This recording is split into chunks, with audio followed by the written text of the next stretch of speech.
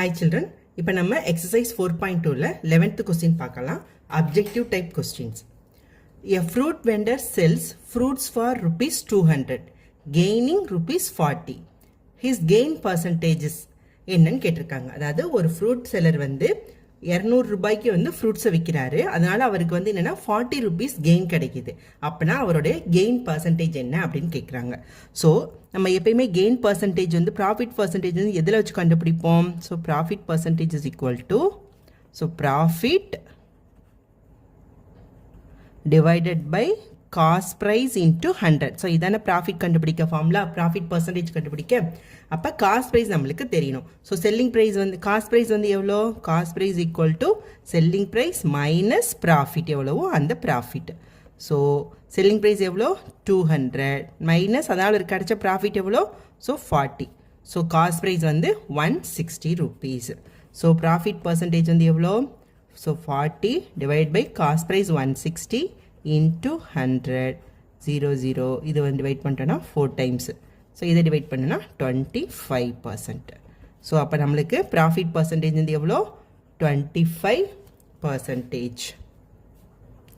So 25%ன்றது இங்கே எந்த option? Option C தான் வந்து நம்மளுக்கு ரைட்டான. Next 12th one. By selling a flower pot for rupees 528, a woman gains 20%. At what price should she sell to gain 25%? என்ன question கொடுத்துருக்காங்க? ஒரு உமன் வந்து 528க்கு ஒரு ஃப்ளவர் பாட்டை விற்கிறதுனால அவங்களுக்கு 20% கெயின் கிடைக்குது. இப்போ 25% கெயின் கிடைக்கணும் அப்படின்னா என்ன ரேட்டில் வந்து இதை விற்கணும் அப்படின்னு கேட்டிருக்காங்க. ஓகேவா? ஸோ நம்மளுக்கு வந்து செல்லிங் ப்ரைஸும் ப்ராஃபிட்டும் கொடுத்துருக்காங்க. அப்போ காஸ்ட் ப்ரைஸ் கண்டுபிடிச்சிடலாமா? ஸோ காஸ்ட் ப்ரைஸ் கண்டுபிடிக்க என்ன ஃபார்முலா?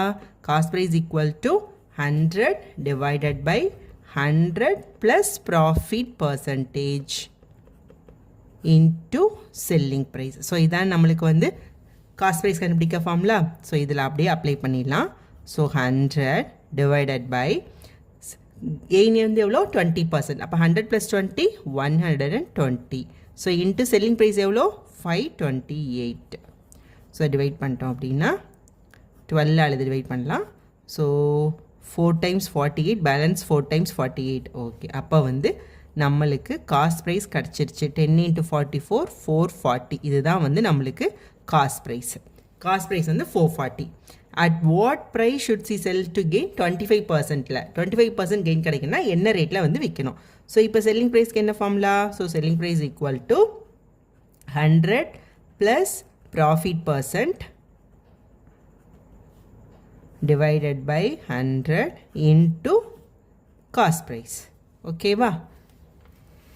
ஸோ 100 ப்ளஸ் எத்தனை ப்ராஃபிட் நம்மளுக்கு வேணும்? 25% ப்ராஃபிட் வேணும். Divide by 100 into cost price என்ன கண்டுபிடிச்சிருக்கோம்? 440. So which is nothing but 125 divided by 100 into 440. So இது வந்து 25 டிவைட் பண்ணிடலாம். 5 times இது 4 times. ஸோ 110. ஸோ 550. ஸோ 550 rupeesக்கு அவங்க விற்றாங்கன்னா தான் அவங்களுக்கு அவங்க கேட்குற 25% கெயின் கிடைக்கும். ஸோ 550ன்றது என்னது? Option B. Next 13th one. A man buys an article for rupees 150 and makes overhead expenses which are 12% of the cost price. At what price must he sells it to gain 5%? அது என்ன question கொடுத்துருக்காங்கன்னா, ஒரு man வந்து 150 rupeesக்கு ஒரு ஆர்டிக்கலை வாங்குறாரு. அதுக்கு வந்து அவர் 12% வந்து ஓவர் ஹெட் எக்ஸ்பென்சஸ் பண்ணியிருக்காரு காஸ்ட் ப்ரைஸில் இருந்து. அதாவது ஓவர் ஹெட் எக்ஸ்பென்சஸ் அப்படின்னா என்னென்னா ஹேண்ட்லிங் சார்ஜஸ், ஃப்ரைட் சார்ஜஸ் இருக்கலாம், ஹேண்டில் பண்ணுறதுக்கு சார்ஜஸ் இருக்குது பார்த்தீங்களா. இப்போ ஒருத்தவங்க வந்து ஒரு பெரிய திங்ஸ் வாங்குறான்னு வச்சுக்கோங்களேன். இப்போ நம்ம சிமெண்ட்டெல்லாம் வாங்குறோன்னா ஒரு மூடையில் வாங்குவோம். ஸோ அதை வந்து ஒரு இடத்துலேருந்து இன்னொரு இடத்துக்கு வந்து ஒருத்தவங்க தூக்கி கொண்டு போய் வைப்பாங்க இல்லையா, அதுக்கு பண்ணுற செலவு. அதுதான் வந்து ஓவர் ஹெட் எக்ஸ்பென்சஸ் அப்படின்னு சொல்கிறோம். ஸோ அந்த ஓவர் ஹெட் எக்ஸ்பென்சஸ் வந்து என்னென்னா 12% ஆஃப் த காஸ்ட் ப்ரைஸ்லேருந்து 12% இருக்குது. அப்படின்னா அவர் எந்த ப்ரைஸ்க்கு விற்றாரு அப்படின்னா அவருக்கு 5% வந்து ப்ராஃபிட் கிடைக்கும் அப்படின்னு கேட்டிருக்காங்க. ஓகேவா? பார்க்கலாமா? ஓகே, அப்போ cost price of the article வந்து எவ்வளோ? 150 rupees. ஓவர் ஹெட் எக்ஸ்பென்சஸ் என்ன சொல்கிறாங்க? 12% of cost price. அப்போ 12% of cost price. ஸோ எவ்வளோ வரும்? ஸோ 12/100 into cost price எவ்வளோ? 150. ஸோ இதை டிவைட் பண்ணிட்டோம் அப்படின்னா, ஸோ இது வந்து 5ஆல் டிவைட் பண்ணலாம். 2 times, இது 3, இது 6, அப்போ 18. ஸோ ஓவர் ஹெட் எக்ஸ்பென்சஸ்ன்றது 18 rupees. ஸோ இது வந்து 18 rupees. அப்போ டோட்டல் காஸ்ட் ப்ரைஸ் வந்து எவ்வளோ வருது நம்மளுக்கு?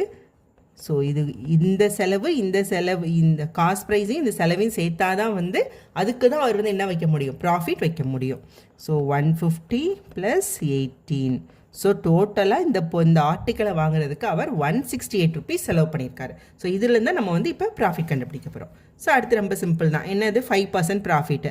இப்போ 5% ப்ராஃபிட்னா செல்லிங் ப்ரைஸ் என்னது? 100 + 5 divided by 168. Sorry, 100 into 168. Formula வந்து என்னது? 100 + gain percent divided by 100 into cost price. ஓகேவா? நான் இங்கே தப்பாக எழுதிட்டேன் பாருங்கள்.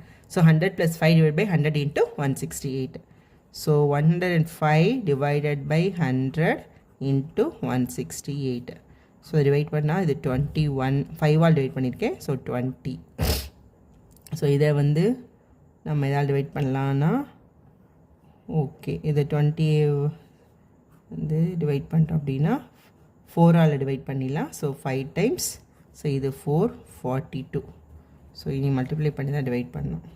ஸோ அடுத்து வந்து இதை டிவைட் பண்ணலாமா? 8 times வந்து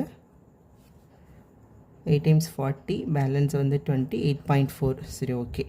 ஸோ 8.4 into 21. ஓகே, இது 8.4. அடுத்து 8, 16. ஸோ 4, 16, 7, 176.4. ஓகேவா? ஸோ அப்போனா 176.4 rupeesக்கு அவர் விற்றாரு அப்படின்னா அவருக்கு என்ன கெயின் கிடைக்கும்? 5% கெயின் கிடைக்கும். ஸோ 176.4ன்றது என்னது? Option C. Next 14th one. What is the marked price of a hat which is bought for ₹210 at 16% discount? So இங்கே என்ன கொடுத்துருக்காங்கன்னா, நம்மகிட்ட மார்க்டு ப்ரைஸ் தான் கேட்டிருக்காங்க. அதை வந்து என்ன ரேட்டுக்கு வாங்கினாங்கன்னா 250 rupeesக்கு 16% டிஸ்கவுண்ட்டில் வாங்கியிருக்கேன்னு சொல்கிறாங்க. அப்போ அதோட மார்க்டு ப்ரைஸ் என்னன்னு கேட்குறாங்க. So marked price is equal to எவ்வளோ? Selling price plus discount. ஓகேவா? ஸோ இதுதான் வந்து மார்க்டு ப்ரைஸோட வேல்யூ. அப்போ மார்க்டு ப்ரைஸ் நம்மளுக்கு என்னது? தெரியாது. அதனால் நம்ம என்ன வச்சுக்கலாம்? X equal to selling price எவ்வளோ? 210. ஸோ டிஸ்கவுண்ட் அது என்னது? ஸோ டிஸ்கவுண்ட் பர்சன்டேஜாக நம்மளுக்கு கொடுத்துருக்காங்க. ஸோ டிஸ்கவுண்ட் வந்து எவ்வளவோ? ஸோ டிஸ்கவுண்ட் எப்படி போடுவோம்? இதில் மார்க்டு ப்ரைஸுக்கு தான் நம்ம வந்து டிஸ்கவுண்ட் போடுவோம். So 16 divided by 100 into marked price. So மொத்தத்தில் மார்க்டு ப்ரைஸ் தெரியாதனால 16 divided by 100 into X. So 210 + 16/100 of x. ஓகேவா? ஸோ இந்த இதை இங்கிட்டு கொண்டு வந்துடலாம். X minus 16/100 of x is equal to 210.